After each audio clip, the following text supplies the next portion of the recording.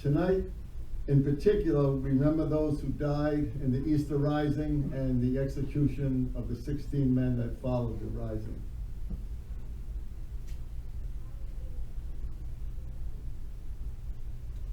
Okay, thank you very much.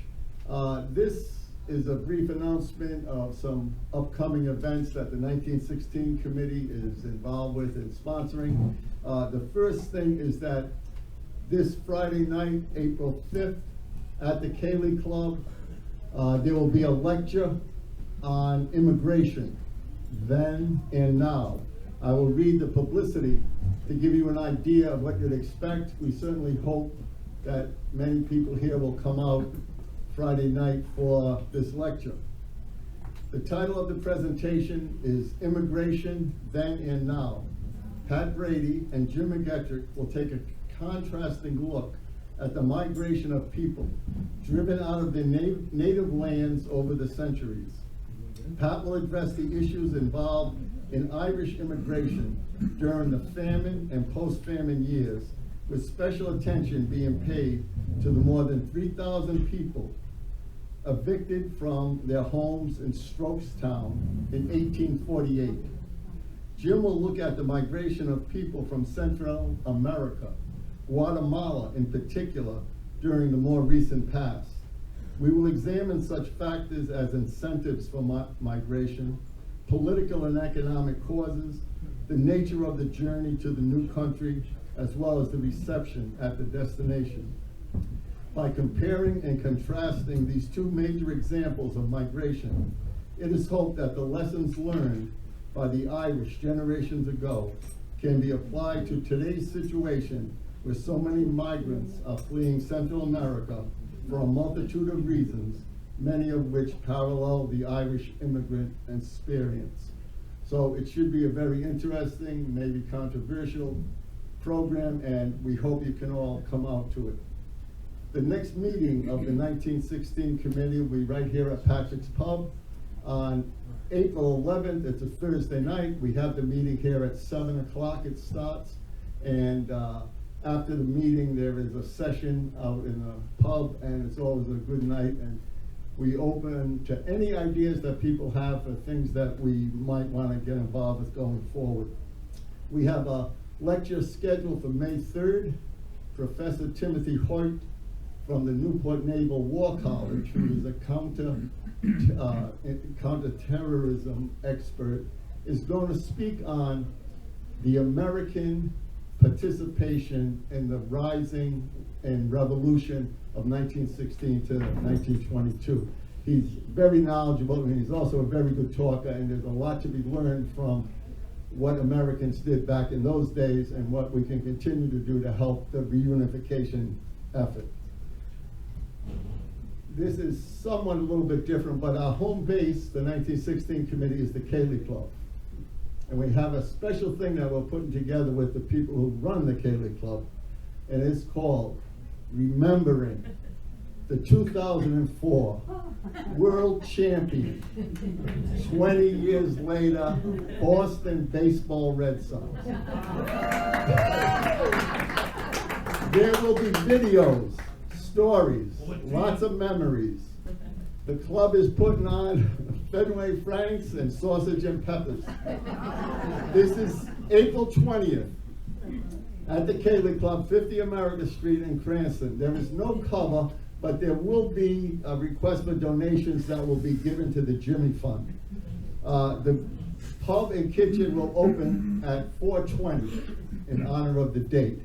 And that's like an inside joke. The video starts at 6:30, and the publicity says down 3-0, the steal, the bloody sock, the World Series sweep, and so much more. This will be a great afternoon, early evening, so put it on your calendar if you can. These flyers will be in the back of the room. If anyone that wants to take them when you're leaving so that you don't forget about it. And now I was asked, well, no, not I wasn't asked, I was told to give a very brief history of the Easter Rising commemorations that we've had here. Some of the more active people in the room have been involved with Irish Northern Aid since 1980 when the first hunger strike started. That Easter, we had our first annual commemoration. It was at Robert Emmett Square, which is a park in downtown Providence near the old Biltmore. There's photographs in the back of the room if you want to look at it. And the remnants of the Irish Northern Aid organization and the newcomers from the 1916 committee have kept this commemoration going on an annual basis ever since then. So tonight we have a lovely crowd here. It's great to see familiar faces. It's even better to see unfamiliar faces. We have a good program lined up. I'm going to stop talking now and we will get the program underway. Thank you very much for coming, and hang around afterwards. There's always good chatting going on.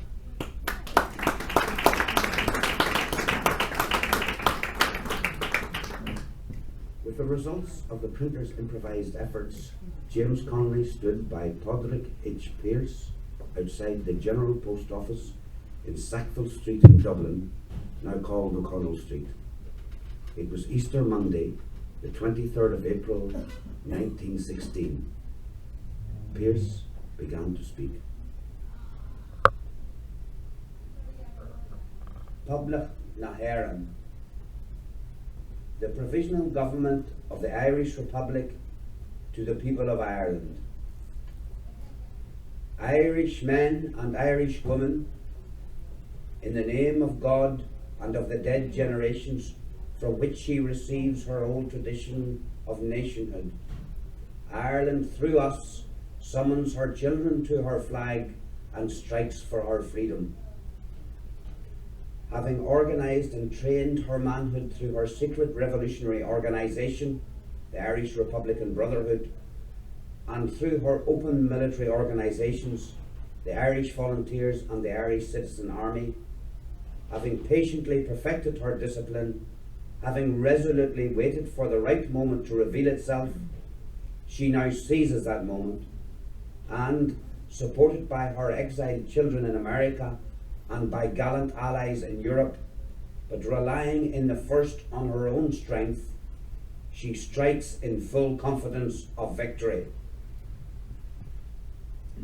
We declare the right of the people of Ireland to the ownership of Ireland and to the unfettered control of Irish destinies to be sovereign and indefeasible. The long usurpation of that right by a foreign people and government has not extinguished the right, nor can it ever be extinguished except by the destruction of the Irish people.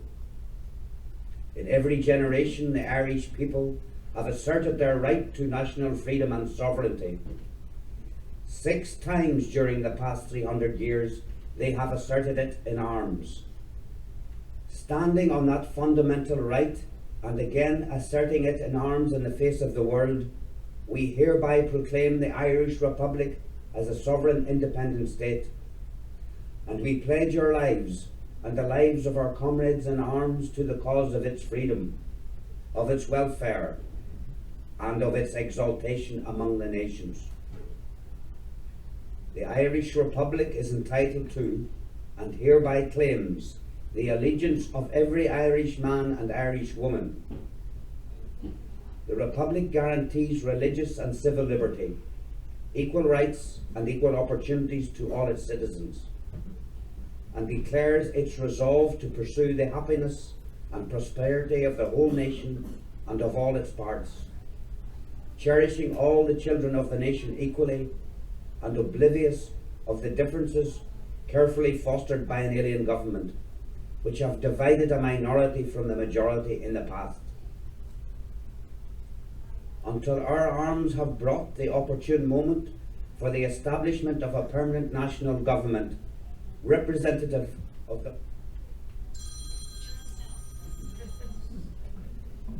people of Ireland and elected by the suffrages of all her men and women, the provisional government hereby constituted will administer the civil and military affairs of the Republic in trust for the people.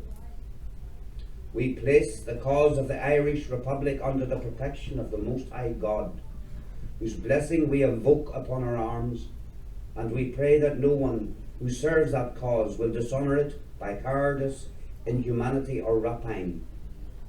In this supreme hour, the Irish nation must, by its valour and discipline, and by the readiness of its children to sacrifice themselves for the common good, prove itself worthy of the august destiny to which it is called. Signed on behalf of the Provisional Government, Thomas J. Clark, Sean McGetrick, Thomas MacDonagh, P. H. Pearce, Eamon Cant, James Connolly, Joseph Plunkett.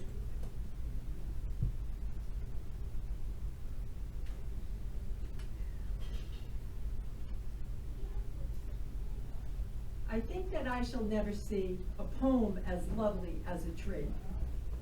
If you're like me, you probably are familiar with that line from a poem.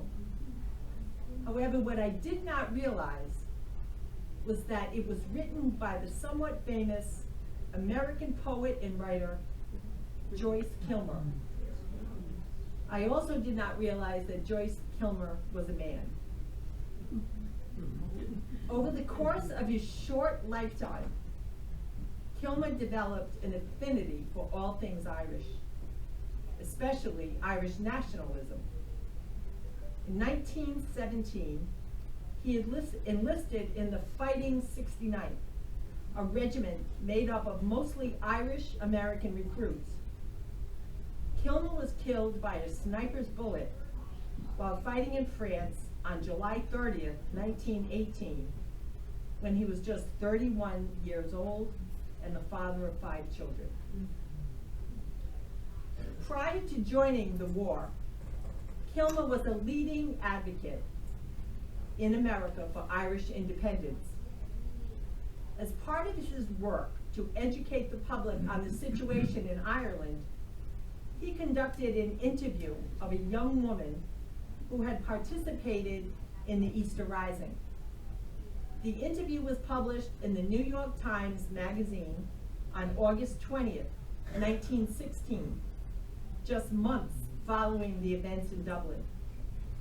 Tonight, Marybeth and I will read to you this contemporaneous account in Moira's own words. This is Kilmer's introduction to the interview as it was printed in the New York Times Magazine. Moira Regan is a slight, gray-haired girl. There's a charming flavor of County Wexford in her manner and in her voice. But back of her gray eyes and charming manner, there's a depth of tragic experience. For Moira Regan has worked night and day in a beleaguered fort, has breathed air redolent with gunpowder, and has heard the groans of men torn by shot and shell. She has seen her friends led away to death, their bodies to be thrown into a pit of quicklime.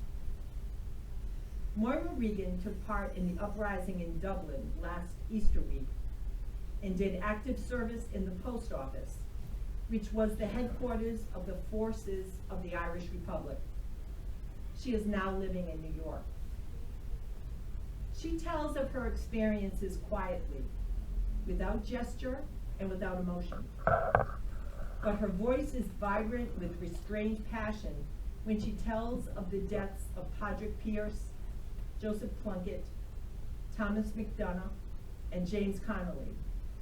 And there is a strange fire in her gray eyes when she speaks of the April evening when for the first time she saw the flag of the Irish Republic floating on its staff at the head of O'Connell Street.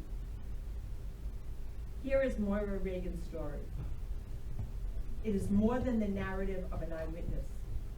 It is the narrative of a friend and a fellow worker with Plunkett and Pearse and MacDonagh, of one who shared with them the hopes, ambitions, perils, and pains of their brief but great adventure. Marybeth?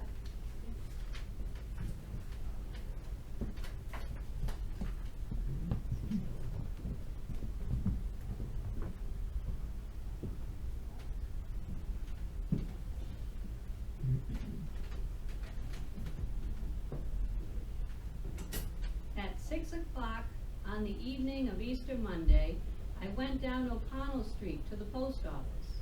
But that was not my real entrance into the affairs of the uprising. You see, I belong to an organization called Kuman Na Ban, the Council of Women. We had been mobilized at noon on Monday near the Broadstone Station, being told that we'd be needed for bandaging and other Red Cross work.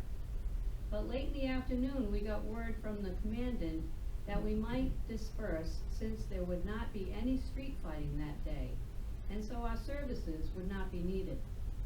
The place where we were mobilized is 3 or 4 blocks from the post office, and we could hear the shooting clearly. There were various rumors about.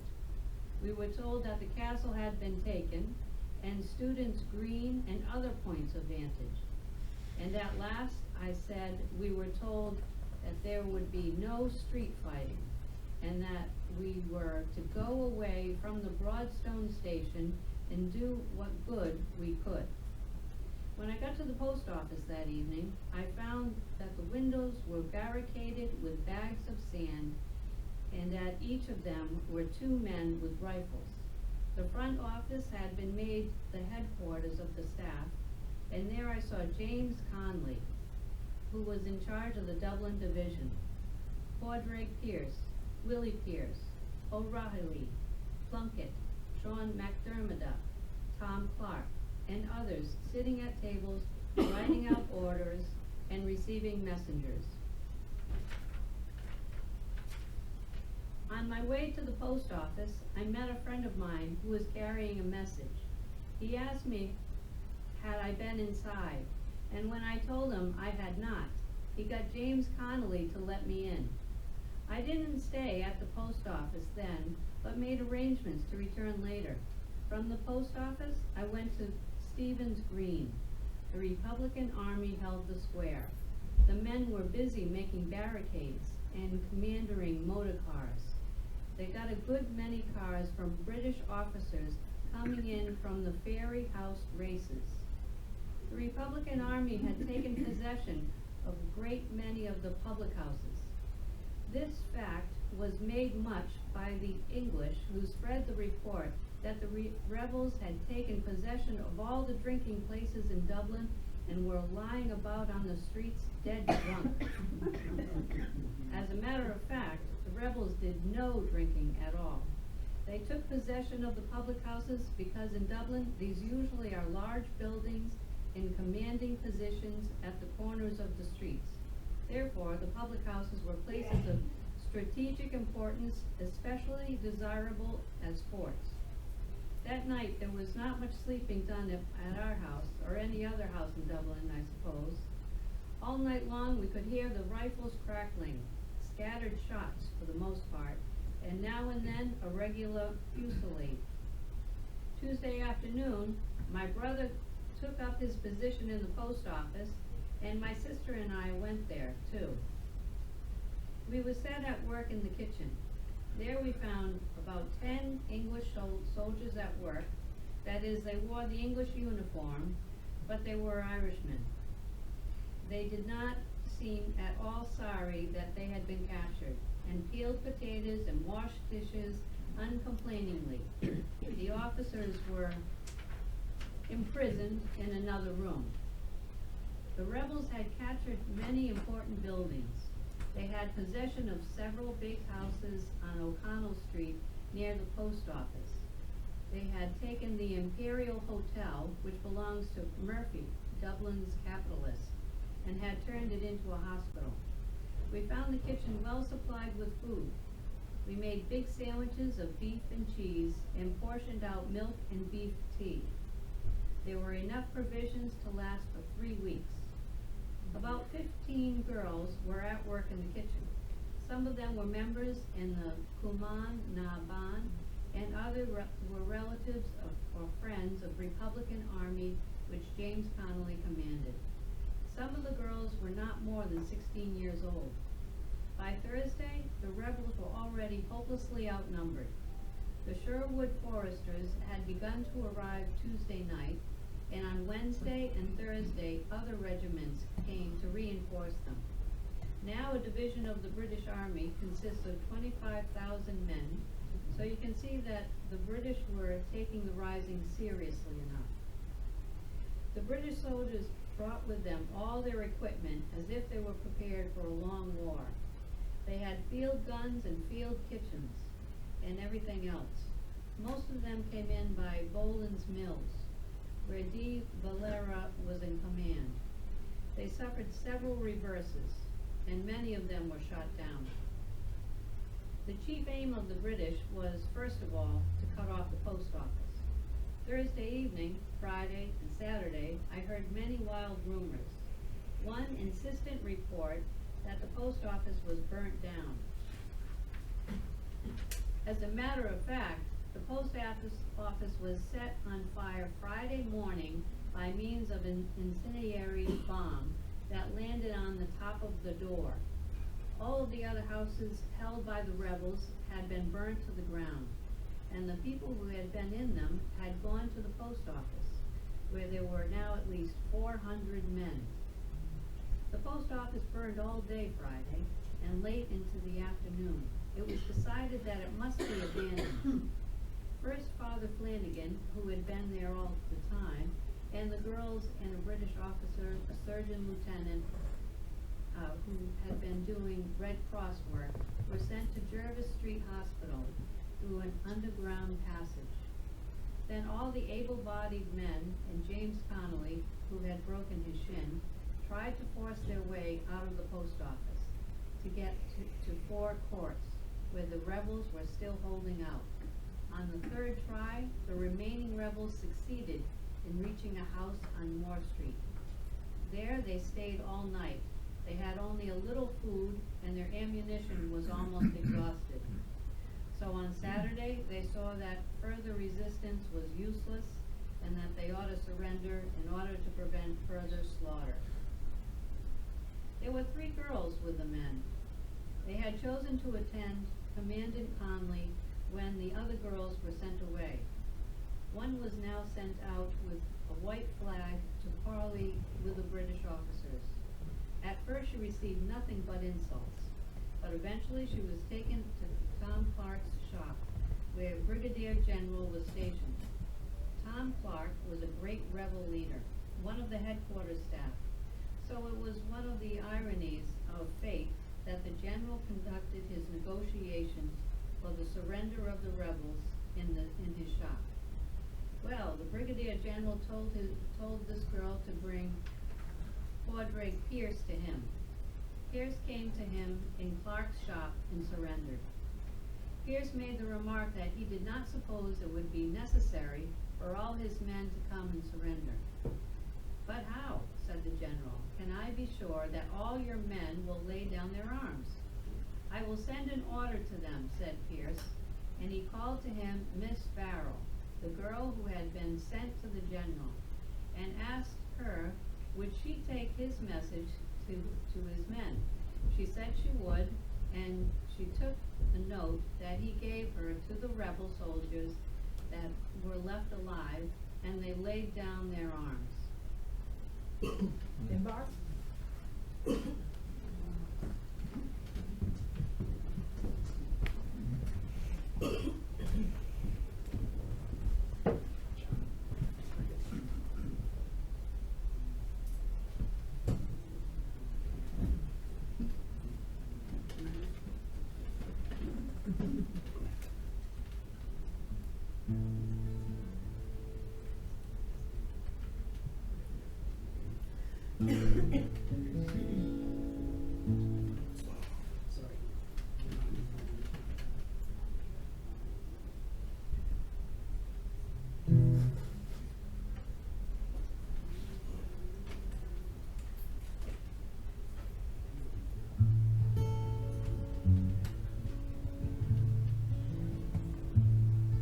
As we gather in chapel here in old Kilmainham jail, I think about these past few weeks, oh how they say we failed.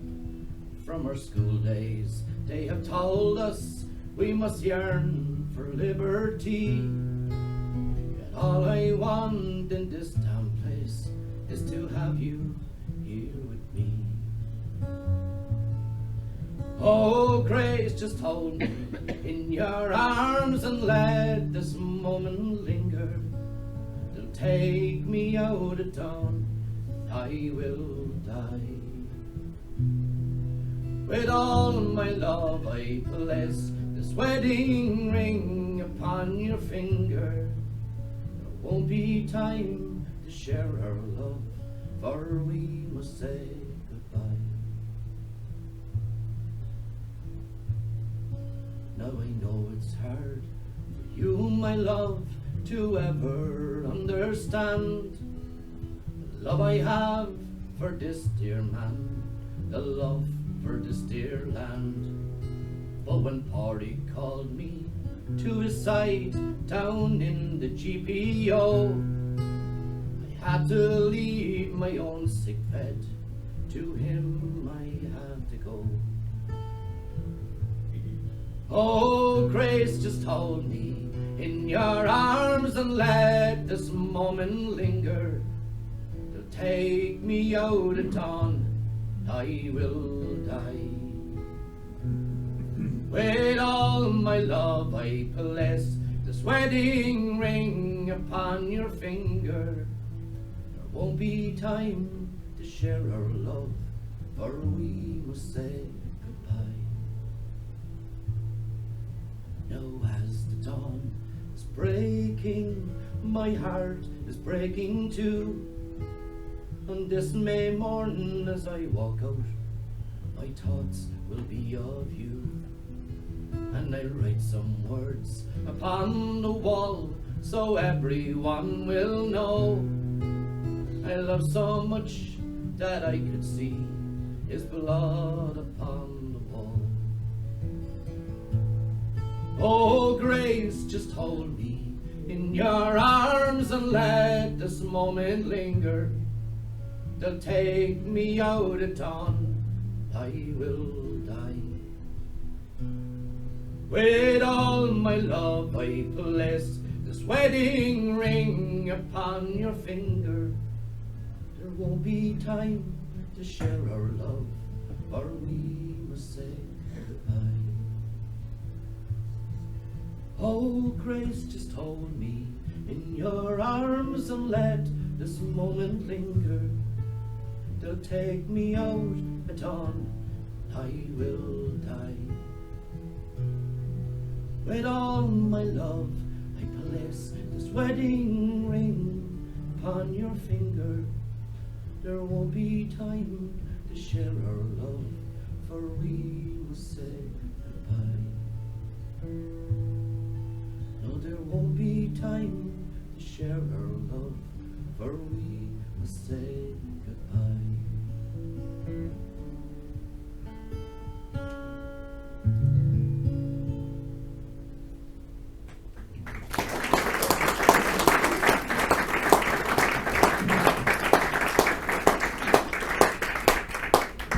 Well done.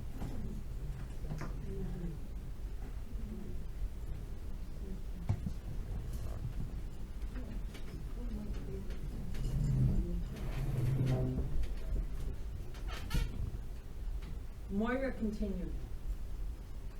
There are a few things that I'd like everyone in America to know about this rising, and about the way in which the British officers and soldiers acted. When the rebels surrendered, they were at first treated with great courtesy. The British officers complimented them on the bold stand they had made and said they wished they had men like them in the British Army. But after they had surrendered, they were treated in the worst possible way. They were cursed at and insulted, marched to the Rotunda Gardens, and made to spend the night there in the wet grass. They were not given a morsel of food. The man chiefly picked out for insult was Tom Clark. He was very shamefully treated. It was a great contrast to the way in which the British officers spoke to him at the time of his surrender. The next morning, the prisoners were marched to Richmond Barracks on the other side of the city from the rotunda. One of the prisoners, Sean McDermott, was very lame, but was obliged to march with the rest. And on the way, the crowds of English soldiers in the streets kept shouting, "Shoot the dogs! What's the use of taking them any further?" After the court-martial, they were taken to Kilmainham jail. There they were put into the criminal cells, without even plank beds. I went to visit one of the leaders, a particular friend of mine, and there was in his cell a blanket and a coverlet, nothing else at all. The night before they were to die, the prisoners were left to write letters, and some of them were permitted to receive visitors for the first time since their capture. Padraig Pearse was not allowed to see anyone. McDonough was not allowed to see his wife. He was allowed to see his sister, a nun. The food given to them was scanty in quantity and poor in quality. On the morning that he was shot, he was given for breakfast a little dry, uncooked cereal with nothing to put on it. The prisoners were shot in the yard of Kilmainham jail. Then the bodies were taken, in their clothes, outside Dublin to Arbor Hill barracks and thrown into quicklime in one large trench. In every case, the bodies were refused the relatives of the dead men. One thing that would strike you about the conduct of the rebels was the absolute equality of the men and women. The women did first aid work.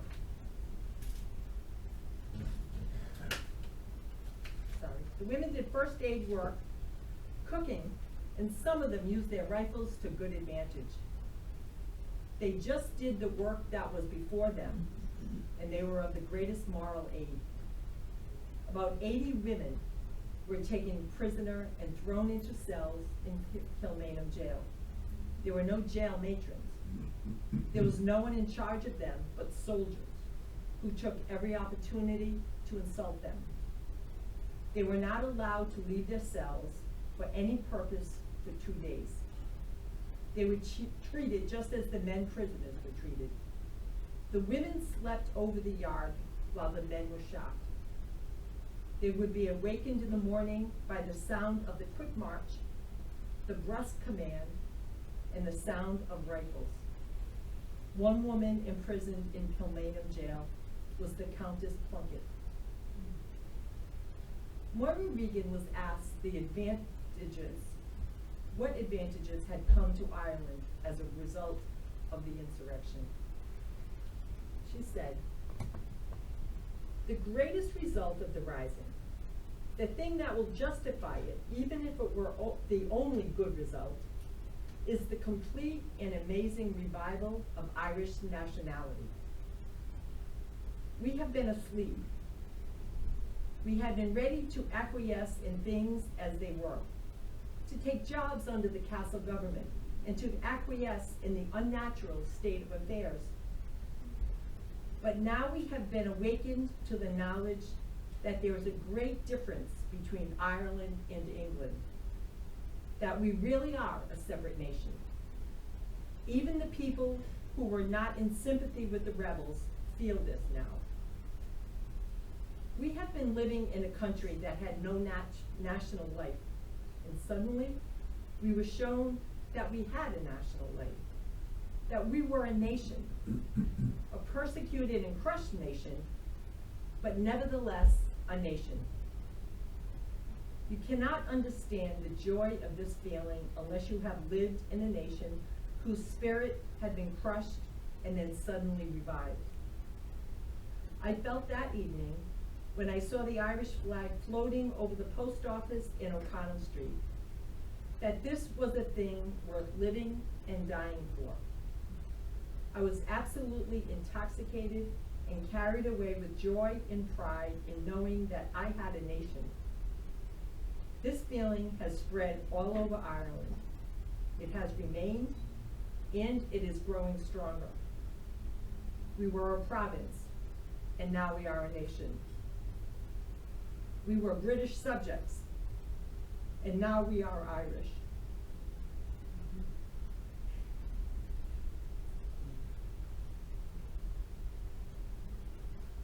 This is what the rising of Easter week has done for Ireland.